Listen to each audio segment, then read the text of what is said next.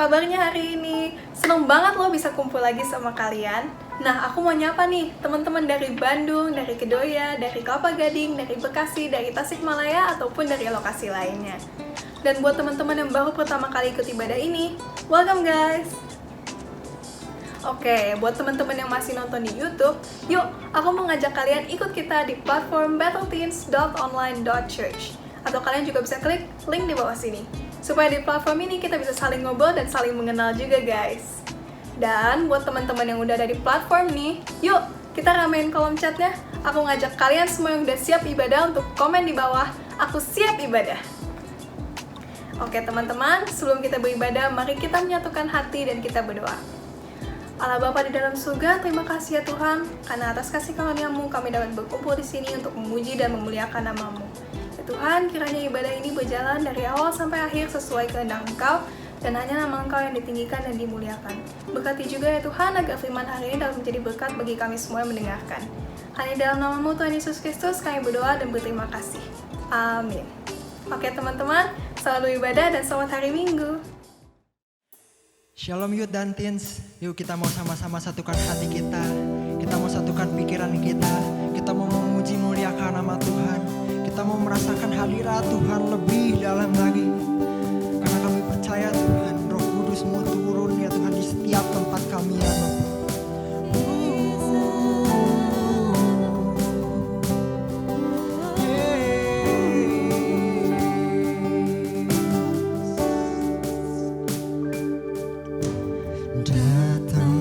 Kudus, Kau ku rindu dengan minyak yang baru urapiku, mengalir penuhiku, salib pulihkanku, kuasa-Mu bebaskan hidupku. Datang Roh Kudus, datang Roh Kudus, Kau ku rindu dengan minyak baru, dengan minyak yang baru urapiku,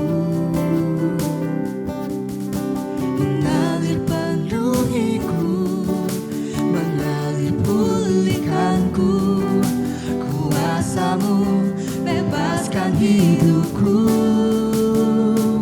Satu yang ku rindu, bersekutu denganmu, bawaku lebih lagi, tinggal di dalammu, nikmati hadiratmu, jamalah seluruh hidupku. Ulahanmu mengubah hidupku. datang Roh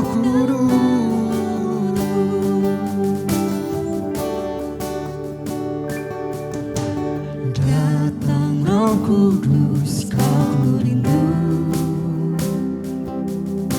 dengan minyak yang baru urapiku, mengalir Tuhan, mengalir penuhiku, mengalir pulihkanku, kuasa-Mu bebaskan hidupku.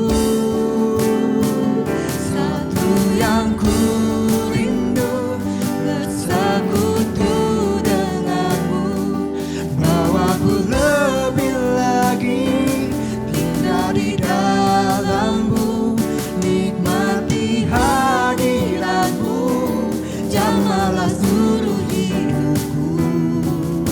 Urapanmu mengubah hidupku.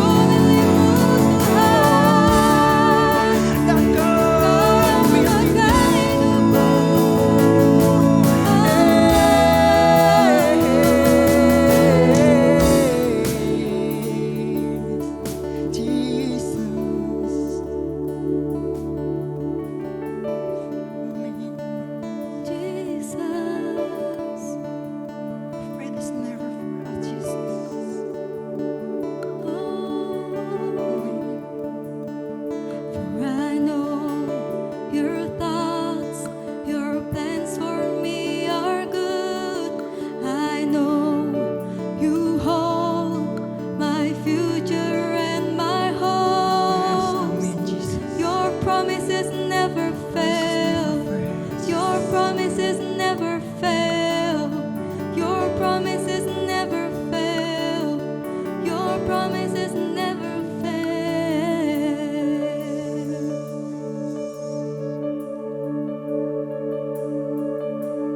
I am standing on every promise that you made.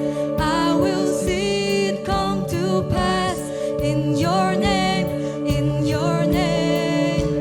Jesus, I will trust every word I hear you say. I will see it come to pass in your name, in your name. Oh, I am standing on every promise that you made. I will see it come to pass in your name, in your name. Oh Jesus, I will trust every word I hear you say. I will see it come to pass in your name, in your name. I will see it come to pass in your name, in your name. I will see it come to pass in your name, in your name, in your name.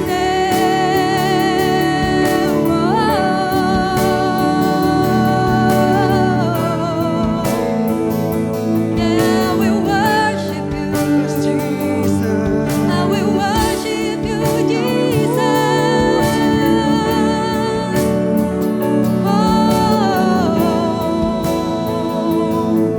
For I know your thoughts, your plans for me are good. I know you hold my future and my hopes. Your promises never fail. Your promises never fail. I know your thoughts, your plans for me are good. I know you hold my future and my hope. Your promises never fail. Your promises never fail. Your promises never fail. Your promises never fail. Never fail, Jesus. Terima kasih Tuhan, terima kasih Bapa, sungguh Kau luar biasa ya Bapa. Kami percaya dimanapun kami berada, hadirat-Mu tetap di sana Tuhan, dan tetap di dalam hati kami Tuhan. Kami bersyukur ya Bapa, setiap pujian, kemuliaan, hormat Tuhan hanya bagi nama Tuhan. Terima kasih Tuhan buat kesempatan hari ini, kami boleh ibadah lagi Tuhan. Kami mau siapin hati kami, mau menerima yang namanya kebenaran firman Tuhan, dan yang Kau rindukan dalam hati kami Tuhan. Bukakan setiap hati kami Tuhan, dimanapun kami berada, Roh Kudus mau bekerja, dan kami sama-sama Tuhan siapkan hati kami, dan kami siap terima berkat yang daripada Tuhan. Yang siap terima firman Tuhan hari ini, sama-sama kita bilang amin. Shalom guys semuanya, happy Sunday. Apa kabar semuanya? Luar biasa bukan? Teman-teman, bersyukur banget, senang banget rasanya. Hari ini kita sama-sama kumpul di platform online kita, ibadah yang luar biasa. Dan gue percaya hari ini akan menjadi satu hari yang luar biasa, dan Tuhan akan berbicara lebih lagi dalam hati kita. Amin teman-teman. Siapa yang siap menerima kebenaran firman Tuhan, ketik sama-sama I'm ready. Ketik yuk sama-sama I'm ready. Ya, gue excited banget teman-teman. Rasanya udah lama banget gak sharing-sharing kayak gini sama teman-teman semua. Gue percaya Tuhan berbicara satu hal yang begitu luar biasa, dan gue percaya Tuhan juga akan menyampaikan hatinya teman-teman. Walaupun kita terpisah antara jarak, tapi Tuhan di sana berbicara loh sama teman-teman dimanapun kalian berada. So siapin hati kita ya teman-teman, sama-sama kita siapin bolpen kita, mungkin catatan kita sama-sama mau nulis, dan kita sama-sama mau dengerin apa yang jadi isi hatinya Tuhan. Teman-teman siap dengerin firman Tuhan? Yang siap bilang amin ya. Sebelumnya gue mau cerita dulu nih teman-teman. Ya dulu pas gue di SMA kelas 2 ya, pas mulai masuk ke SMA dari kelas 1 ke kelas 2. Nah terus gue masuk IPA tuh teman-teman. Nah di situ sebelumnya ada satu guru yang udah terkenal banget, dari semua angkatan. Terus teman-teman gue tuh pada bilang gini, Jer, kalau lu dapat guru ini, dia ngajarnya tuh luar biasa banget. Ya, luar biasanya dalam tanda petik tuh teman-teman. Karena apa? Begitu dia masuk ya ke dalam kelas, terus dia duduk di kursi guru, udah gitu dia buka buku, terus dia baca yang namanya textbook. Dia baca, terus kita cuma disuruh nyalin teman-teman. Ya, pas lagi itu gue bilang teman-teman yang, wah kalau si bapak ini masuk, pasti kita udah semuanya pada tidur lah. Kita apa ya, dibilangnya abstrak banget lah gitu ya, abstrak banget, yang namanya ajarannya tuh abstrak banget. Nah teman-teman, karena teman-teman yang lain ngomong kayak gitu, akhirnya pas pertama kali dia masuk ke kelas, dan di situ gue pertama kali belajar sama guru ini gitu ya, apa yang gue lakuin pertama kali, akhirnya gue tidur di kelas ya. Karena begitu aura masuk ke dalam kelas, guru ini auranya tuh udah kayak aura pengen tidur. Akhirnya gue tidur sampai 2, 3, 4 pertemuan, gue gak dapet apa-apa teman-teman. Dan di situ akhirnya yang gue lakuin cuma tidur, terus nyatet dikit, ngantuk ya. Tapi gara-gara itu gue pernah satu kali dapet ulangan jelek banget ya. Nah ternyata dari situ akhirnya gue coba ubah ya cara pandang gue terhadap guru ini. Apa yang gue lakuin, akhirnya gue coba untuk lebih lagi memahami, mengerti gitu ya. Ternyata pas gue udah mulai ngebayangin guru ini tuh gak sejelek itulah. Gue yakin guru ini tuh gak sejelek itu, orang lain ada yang bisa dapat nilai bagus, kenapa gue enggak. Akhirnya gue baca ya setiap semua yang kita tulis di dalam buku catatan gue baca satu-satu. Dan akhirnya apa teman-teman, gue bisa. Dan gue ngerasa, oh apa yang dia diktein itu tuh berfungsi banget, dan itu tuh berguna banget buat diri gue. Dan setelah itu, setelah gue merubah yang namanya mindset dan cara pandang gue sama guru ini, gue gak pernah lagi tidur di kelas teman-teman. Dan saat itu gue selalu, dia diktein apa gue catat. Dan akhirnya apa, ulangan yang gue dapetin hasilnya adalah hasil yang lebih baik. Even itu gak sempurna, tapi hasilnya jauh lebih baik. Dari ilustrasi ini teman-teman, kita bisa tarik apa sih ya? Gua ada satu quotes yang bagus banget. Change the way you look, then you will see the change. Change the way you look, then you will see the change. Ya teman-teman, kita harus rubah dulu yang namanya sudut pandang kita, cara pandang kita, perspektif kita, baru kita akan melihat perubahan. Karena apa?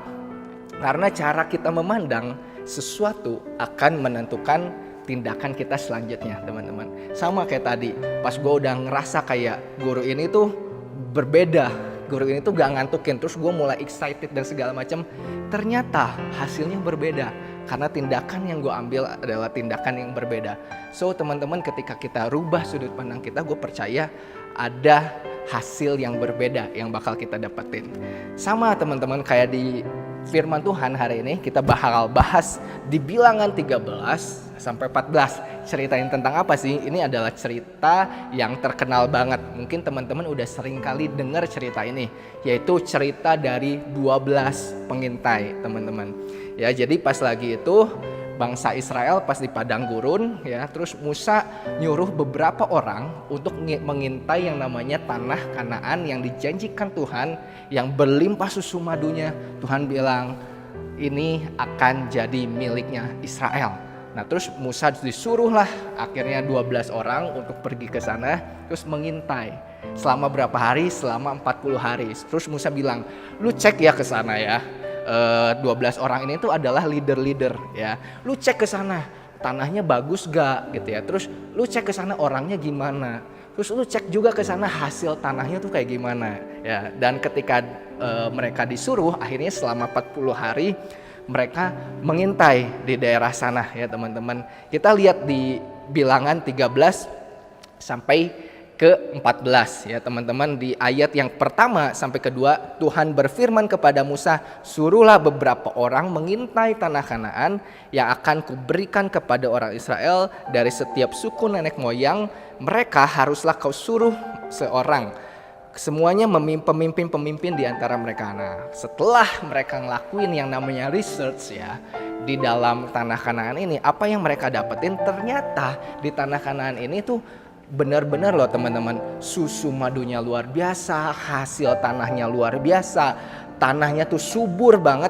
Dan teman-teman, ditulis di dalam firman Tuhan, ketika mereka ya ngelihat Musa tuh bilang suruh bawa satu hasil bumi yang bisa mereka kasih lihat ke orang-orang Israel, dan mereka akhirnya memetik satu tandan buah anggur ya. Dan tahu nggak teman-teman, buah anggur ini kalau kita biasa beli di mana, di supermarket kan gampang ya baunya, cuma satu tangan. Tapi buah anggur di tanah Kanaan ini itu mereka harus bawa dengan cara digotong sama 2 orang. Berarti anggurnya, hasil dari buminya itu luar biasa banget teman-teman. Ya, berkat Tuhan tuh benar-benar melimpah atas tanah itu. Dan gue percaya ketika itu kan itu satu hal yang luar biasa. Tapi teman-teman, ada 2 cara pandang ketika orang mulai masuk ke tanah itu. Ada 2 cara pandang teman-teman. Memang tanah itu adalah tanah yang subur ya, tapi ada juga orang yang menghuni tanah itu adalah orang-orang raksasa ya. Tapi dari situ setelah hasil pengintaian dari 12 pengintai ini, ada 2 cara pandang yang berbeda ya. Cara pandang yang pertama adalah cara pandang yang negatif. Kita lihat di Bilangan 13 ayat 31 sampai 32. Gue coba bacain ya. Tetapi orang-orang yang pergi ke sana bersama-sama dengan dia berkata, kita tidak dapat maju. Kita tidak dapat maju menyerang bangsa itu karena mereka lebih kuat daripada kita, teman-teman.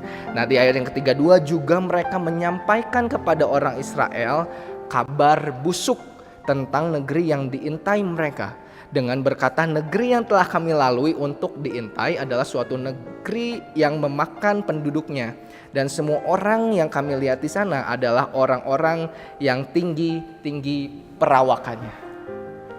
Teman-teman, walaupun mereka lihat hasil bumi yang luar biasa, tapi yang mereka nilai adalah kita gak bisa masuk nih ke kota ini karena apa? Ada raksasa yang ngejaga. Dan akhirnya apa? Di ayat 32 mereka bilang mereka menyampaikan kepada orang Israel kabar yang busuk, teman-teman. Bukan kabar yang baik, tapi mereka nyampain kabar yang busuk. Dan belum tentu kabar busuk ini benar gitu ya.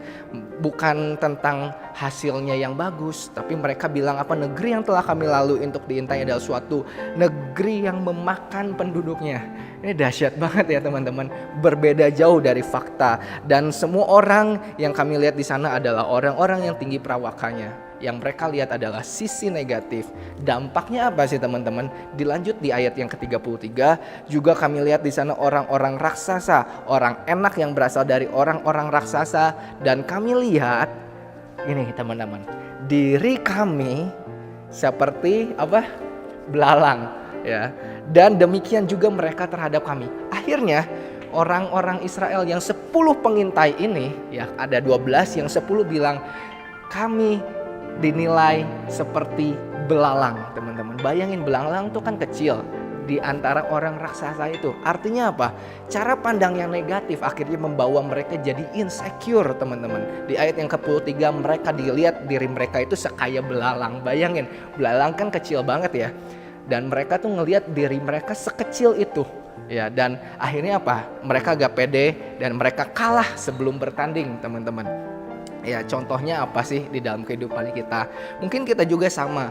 Ketika kita punya pandangan yang negatif, buat kita jadi insecure mungkin teman-teman. Ada beberapa orang yang mungkin pengen, kok gue pengen sih masuk ke sekolah perguruan tinggi yang ini, atau enggak, kok gue pengen masuk ke SMA yang ini nih, kok gue pengen banget masuk ke situ. Tapi sebelumnya mereka udah mikir dulu hal yang negatif. Kayaknya kalau gue masuk ke sini, aduh kurang bagus deh. Kenapa? Karena gue gak bisa bersaing dengan orang-orang di sana. Karena apa? Mereka menganggap dirinya jadi kecil, ciut dulu sebelum berperang. Ada orang yang ngelihat, oh orang ini jago ya, hebat ya, bisa berprestasi. Tapi mereka gak berpikir mereka juga bisa berprestasi sama seperti orang lain yang bisa berprestasi. Ya. Dan gue percaya gak sih teman-teman, percaya gak sih setiap apa yang kita pikirin itu tuh akan mempengaruhi tindakan yang akan kita lakukan. Beberapa orang akhirnya menutup kesempatan untuk sama-sama masuk ke perguruan tinggi yang lebih baik, atau masuk ke sekolah yang lebih baik, atau menutup mimpi yang besar jadi cuman mimpi yang kecil, teman-teman. Dan hari ini gue mau sama-sama sharing. Teman-teman mulailah buang yang kata yang namanya gak bisa. Buang kata yang namanya gak mungkin sebelum kamu mencoba, teman-teman. Jadi buang dulu kata gak bisa, gak bisa, gak mungkin. Buang kata itu sebelum kamu mencoba dulu. Karena ketika kamu bilang gak bisa dan kamu gak mencoba, udah pasti kamu gagal. Tapi kalau kamu udah mencoba, at least kamu mencoba, even kamu gagal, tapi kamu udah mencoba. Ya, kalau kamu gak mencoba, udah pasti kamu gagal pasti. Ya, so yang pertama negatif bahwa kita jadi insecure. Yang kedua, ya pandangan yang negatif itu juga bahwa kita jadi prasangka buruk, teman-teman. Di ayat di Bilangan 14, ayat yang ketiga, kita sama-sama baca sama-sama ya, teman-teman. Mengapakah Tuhan membawa kami ke negeri ini supaya kami tewas oleh pedang dan istri serta anak-anak kami menjadi tawanan? Bukankah lebih baik kami pulang ke Mesir? Nah, bangsa Israel bilang kayak gini, kenapa sih Tuhan bawa kami ke sini? Kenapa sih? Supaya kami tewas ya Tuhan sama pedang, supaya kami mati nih di tempat ini. Artinya apa? Bangsa Israel pas lagi itu apa sih? Berprasangka buruk sama siapa? Sama Tuhan. Mereka menuduh Tuhan itu jahat. Wow, ini luar biasa. Kok Tuhan gue dibawa ada di tempat ini sih? Kenapa sih Tuhan ada terjadi kayak gini sih? Kok Tuhan lu bawa gue ke tempat yang udah mentok Tuhan? Ke tempat yang gak ada jalan keluar. Teman-teman pernah gak sih kita ngalamin yang kayak gitu? Hal-hal yang kira-kira kok Tuhan bawa gue ke tempat yang salah sih? Bukannya Tuhan yang suruh bawa gue ke tempat ini. Teman-teman hati-hati dengan pemikiran ini. Karena kenapa? Ingat gak teman-teman? Pas pertama kali dosa terjadi adalah ketika iblis menawarkan Hawa untuk makan yang namanya buahnya. Iblis ngomong apa sih? Hawa, ingat, kalau lu makan buah ini lu gak akan mati, tapi lu akan jadi seperti Tuhan. Terus di situ jadi akhirnya Hawa mikir, oh iya juga ya, apa Tuhan mungkin bisa jadi Tuhan takut tersandingi. Oh, kalau gue gitu gue bisa tahu yang benar dan yang salah dan gue bisa jadi seperti Tuhan. Ketika ada pemikiran itu negatif tentang Tuhan dan berprasangka buruk tentang Tuhan, akhirnya apa? Terjadilah yang namanya dosa dan kejatuhan manusia akibat dosa karena pemikiran yang negatif, berprasangka buruk tentang Tuhan. Teman-teman contohnya nih, COVID yang sekarang aja ya, kalau lagi corona gini. Banyak orang tanya nih, kira-kira COVID ini datangnya dari mana sih? Kenapa sih ada COVID? Oh, ada banyak banget prasangka buruk ya gitu ya. Oh, jangan-jangan dari sini nih, jangan-jangan kayak gini, gara-gara ini. Dan ada juga yang bilang, apakah Tuhan merencanakan ya? Jangan-jangan Tuhan ngerancanain nih COVID ini, gitu ya. Teman-teman, hati-hati dengan pikiran yang buruk yang mungkin kita tujukan sama Tuhan. Mungkin COVID ini kita nggak tahu gitu ya dari mana datangnya. Tapi gue percaya Tuhan selalu punya rencana yang baik buat setiap kita, teman. Dalam segala keadaan, apapun keadaan kita sekarang. Mungkin di keluarga kita hari-hari ini. Mungkin lagi krisis ekonomi. Mungkin lagi hari-hari ini mungkin banyak hal-hal yang gak baik di dalam keluargamu. Kamu mungkin jadi clash sama keluargamu. Atau ada ekonomi yang mungkin lagi banyak krisisnya. Oh, kok kemarin mungkin papa gue dipecat mungkin kerjanya, atau kehilangan pekerjaan, atau harus jual rumah dan harus cari rumah yang baru, teman-teman. Banyak hal yang mungkin kita pertanyaan, kenapa? Why? Tapi jangan sampai kita punya prasangka buruk sama Tuhan. Sama kayak minggu kemarin Cicis bilang, Tuhan gak pernah salah, teman-teman. Tuhan gak akan pernah salah.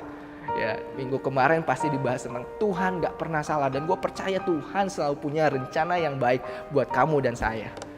Dan teman-teman, gue percaya ya, gue percaya banget apapun yang kita alamin hari ini, Tuhan terus bekerja dalam segala sesuatu untuk mendatangkan kebaikan bagi mereka yang mengasihi Dia. Dan teman-teman ingat cerita Yusuf, walaupun dia harus ngalami ini itu, tapi pada akhirnya apa yang terjadi dalam hidup Yusuf? Yusuf jadi tangan kanannya raja di Mesir. Apapun yang kamu alami, percayalah Tuhan punya rencana yang terbaik. Dan juga mungkin prasangka buruk itu bukan ditujuin sama Tuhan aja, teman-teman. Bisa juga prasangka buruk itu ditujuin sama manusia. Contohnya apa? Ya, teman-teman, ternyata di ayat yang selanjutnya, di ayat yang keempat, ya, Bilangan 14 ayat yang keempat ditulis kayak gini. Dan mereka berkata seorang kepada yang lain, baiklah kita mengangkat seorang pemimpin lalu pulang ke Mesir. Artinya apa? Mereka berprasangka buruk sama Musa. Musa udah gak becus lagi nih mimpin bangsa Israel. Ya, oh Musa udah gak bener lagi nih mimpin bangsa Israel. Akhirnya mereka pengen gantiin Musa dengan orang lain. Mereka berprasangka Musa adalah orang yang jahat, orang yang gak bener, orang yang memimpin dengan cara yang salah, teman-teman. Ayat yang keempat tadi dibilang mereka menuduh Musa akhirnya, ya, berprasangka buruk sama Musa. Contohnya gini teman-teman, di dalam keluarga kadang-kadang ya, mama papa nih marah-marah tiba-tiba ya. Tapi tiba udah mama papa marah-marah, terus kita dimarahin mama papa dan segala macam, pulang ke rumah tiba-tiba ada mama papa, bisa jadi lagi marah-marah ya. Tapi teman-teman, dari firman Tuhan ini kita mau belajar ya, jangan selalu berpikiran negatif dulu nih sama orang lain. Bisa jadi mungkin mama papa tuh lagi ada masalah. Kalau kita pikiran negatif, oh ini mama papa jahat nih. Tapi kalau kita punya pemikiran yang jangan-jangan mama papa lagi ada masalah, apa yang bisa kita bantu? Solusi apa yang bisa kita kerjakan?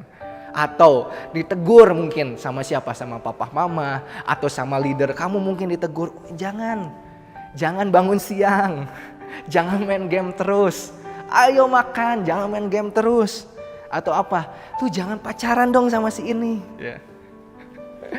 Beberapa kali mungkin kita ditegur dan dikasih tahu. Dan kadang-kadang kita menganggap orang yang negur itu adalah orang yang jahat. Tapi padahal ternyata niatnya adalah niat yang baik. Jangan negatif dulu. Ya. Kadang-kadang orang yang negur ada untuk kebaikan kita. Contohnya apalagi ya, kalau kita lihat nih orang ya di depan, Setiadi deh.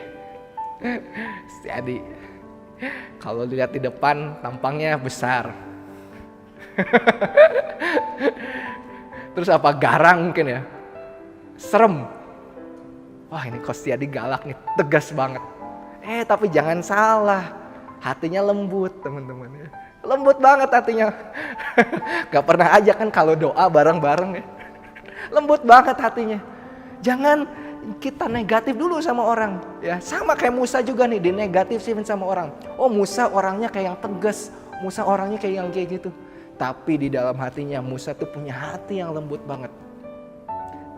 Dan teman-teman, seringkali kita berprasangka buruk sama orang lain. Jangan berprasangka buruk lah sama orang lain. Ya, ketik sama-sama di sini. Jangan berprasangka buruk. Ya, mulailah dengan pikiran-pikiran yang positif. Dan yang terakhir teman-teman, dampak dari negatif adalah membuat kita jadi takut atau nekat. Ya, kita lihat bangsa Israel 10 pengintai ini, akhirnya mereka lihat keburu ciut dulu sama orang-orang raksasa. Sebelum mereka perang, mereka udah keburu ciut. Teman-teman ingat ceritanya Daud ya. Kalau ceritanya Daud itu pas ada Goliat ya. Mereka tuh belum berperang loh. Ya, prajurit Israel belum berperang, tapi Goliat udah bilang, "Oh, gini. Oh, kamu siapa yang berani?" Ya, menciutkan mentalnya dulu, teman-teman. Tapi ada Daud di sana yang datang ya dengan gagah perkasa. Sebenarnya apa sih peperangan yang terjadi? Peperangan yang terjadi sebenarnya bukan di dalam peperangan secara fisik, tapi peperangan itu terjadi di dalam pikiran. Mereka berpikir, gua mah gak bisa, gua mah gak mampu, gua takut sama Goliat. Padahal kan belum dicoba ya teman-teman. Ya. Dan sama-sama ketika kita berpikiran negatif dulu, ada yang namanya ketakutan muncul. Dan ketakutan itu mulai merasuki pikiran kita teman-teman. Dan sebelum teman-teman mungkin bertarung secara real, teman-teman udah kalah duluan. Jangan sampai kita punya pikiran yang negatif. Atau kalau gak takut bisa jadi nekat teman-teman. Setelah Tuhan hukum ya, akhirnya kan setelah mereka bilang, gak bisa. Tuhan kesel sama 10 pengintai ini dan bangsa Israel yang berpikiran negatif. Akhirnya Tuhan hukum mereka gak boleh masuk ke tanah perjanjian teman-teman saat itu. Akhirnya apa? Tuhan bilang, kamu harus putar-putar dulu tuh di padang gurun. Jadi kenapa bangsa Israel harus putar-putar selama 40 tahun? Dasarnya adalah karena mereka mengintai selama 40 hari dan mereka bilang, gak mungkin kita bisa masuk ke sini. Dan mereka punya prasangka yang buruk, negatif tentang Tuhan. Dan akhirnya apa? Yang terjadi teman-teman, akhirnya Tuhan bilang, 1 hari jadi 1 tahun. Mereka harus putar-putar dulu di padang gurun. Tapi walaupun udah dibilang kayak gitu, udah dihukum sama Tuhan, ada beberapa bangsa Israel, sebagian bangsa Israel yang bilang apa? Kekeh itu apa? Nekat ya.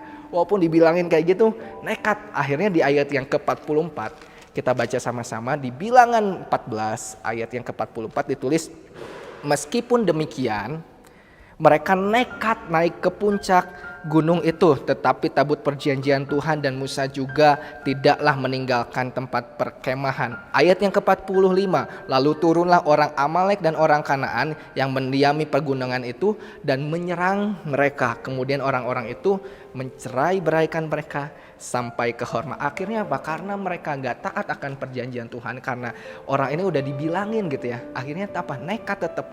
Dan akhirnya apa? Mereka kalah. Mereka tetap menyerang dan mereka kalah ya, dan gak pikir panjang. Udah dibilang jangan ya, contohnya apa? Udah dibilang jangan nih, jangan ngebut-ngebutan ya, jangan pacaran sama sini, nekat akhirnya ngebut-ngebutan pakai motor kemana, akhirnya nabrak. Akhirnya apa? Mungkin kita gagal dalam pacaran.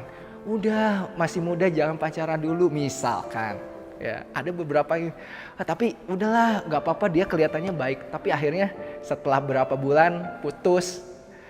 Akhirnya apa? Gak baik juga kan buat kita. Ya teman-teman udah bilangin, orang ini jangan kamu pacarin. Kamu harus lihat dulu orangnya kayak gimana. Nekat kadang-kadang ya. Teman-teman, satu kali pas kecil juga ya, gue pernah ya naik sepeda pas umur 6 tahun mungkin. Mama papa udah bilang jangan jauh-jauh ya. Akhirnya gue, tapi karena gue ngerasa gue jago kok, gue hebat. Akhirnya apa? Gue pikiran negatif sama mama papa. Mama papa mah tahu apa sih, kan gue yang ngendarain sepeda gitu. Akhirnya gue ngendarain sepeda cukup jauh ya. Tiba-tiba singkat cerita pas gue itu akhirnya apa? Gue ketabrak sama motor. Dan sejak saat itu gitu ya, sepeda gue bengkok. Gue udah jarang banget akhirnya naik sepeda gitu ya. Kemarin Setiadi ngajakin, ayo Jar main sepeda gitu ya. Orang-orang yang lain mungkin kan sekarang lagi zaman-zamannya sepeda. Ada trauma dikit kadang-kadang ya, ketabrak motor itu gak kecil gitu ya. Tapi teman-teman ternyata gitu ya, ketika kita nekat, kita negatif sama Tuhan, kita sama-sama punya hal yang akhirnya jadi buruk. Semua adalah mentalitas, semua ini adalah mentalitas yang loser, yang kalah teman-teman. Jadi jangan dulu teman-teman, janganlah untuk ngelakuin hal-hal yang salah ini teman-teman. Mulailah pemikiran yang benar. Dan cara yang pandang yang kedua adalah positif. Teman-teman kita lihat di Bilangan 13 ayat 30, kita sama-sama baca. Kemudian Kaleb mencoba menenteramkan hati bangsa itu di hadapan Musa. Katanya, tidak, kita akan maju dan menduduki negeri itu sebab kita pasti akan mengalahkannya. Ketika kita punya pemikiran yang positif, yang pertama kita punya hati yang secure teman-teman, optimis ya. Kaleb dan Yosua bilang kita pasti. Kalau yang tadi kita nggak mungkin. Dengar teman-teman, ada satu hal yang luar biasa, kita pasti pede, confident, pasti bisa. Dan yang kedua teman-teman, apa yang ketika kita punya hal yang positif, kemudian Kaleb mencoba menenteramkan hati bangsa itu. Artinya apa? Dia bawa damai di ayat yang ke-30. Bukan jadi perusak, tapi dia menenteramkan hati bangsa itu. Dia punya influence yang positif. Contohnya apa? Dari kata-kata kita hari-hari ini. Kita bisa pakai kata-kata kita untuk menguatkan. Ya, kalau orang tanya, apa kabarnya? Puji Tuhan, luar biasa. Ya, jangan melemahkan mungkin iman orang lain. Kalau di rumah, ya jangan bikin pusing teman-teman. Mulai kita cari hal-hal yang bisa bawa damai, bawa sukacita. Misalkan bantu dan dukung ya orang tua kita. Misalkan bantu cuci, bantu ngepel, bantu masak atau apapun. Kita bisa ngelakuin hal itu. Jangan jadi orang yang akhirnya bawa dampak yang negatif teman-teman. Dan yang terakhir adalah percaya sama Tuhan teman-teman. Di Bilangan 14 ayat 6 sampai 9 dibilangin, tetapi Yosua bin Nun dan Kaleb bin Yefun yang termasuk orang-orang yang telah mengintai negeri itu mengoyakkan pakaiannya dan bilang sama orang-orang Israel, kata di ayat yang ke-7, negeri yang kami lalui untuk diintai itu adalah luar biasa baiknya. Ini hal yang positif teman-teman. Jika Tuhan berkenan kepada kita, maka Ia akan membawa kita masuk ke negeri itu dan akan memberikannya kepada kita suatu negeri yang berlimpah-limpah susu madunya. Hanya janganlah memberontak kepada Tuhan dan janganlah takut kepada bangsa negeri itu, sebab mereka akan kita telan habis. Wah, gemetar banget ya ketika kita baca firman ini ya. Dan melindungi mereka, yang melindungi mereka sudah meninggalkan mereka, sedang Tuhan menyertai kita. Janganlah takut kepada mereka. Dan ini yang janji yang dari Tuhan, jangan takut. Kenapa bisa mereka punya pandangan positif? Karena dasarnya adalah iman dan percaya sama Tuhan. Dasarnya adalah iman yang kokoh teman-teman. Iman yang Yosua punya dan Kaleb punya adalah iman yang berdasarkan rasa percaya akan Tuhan.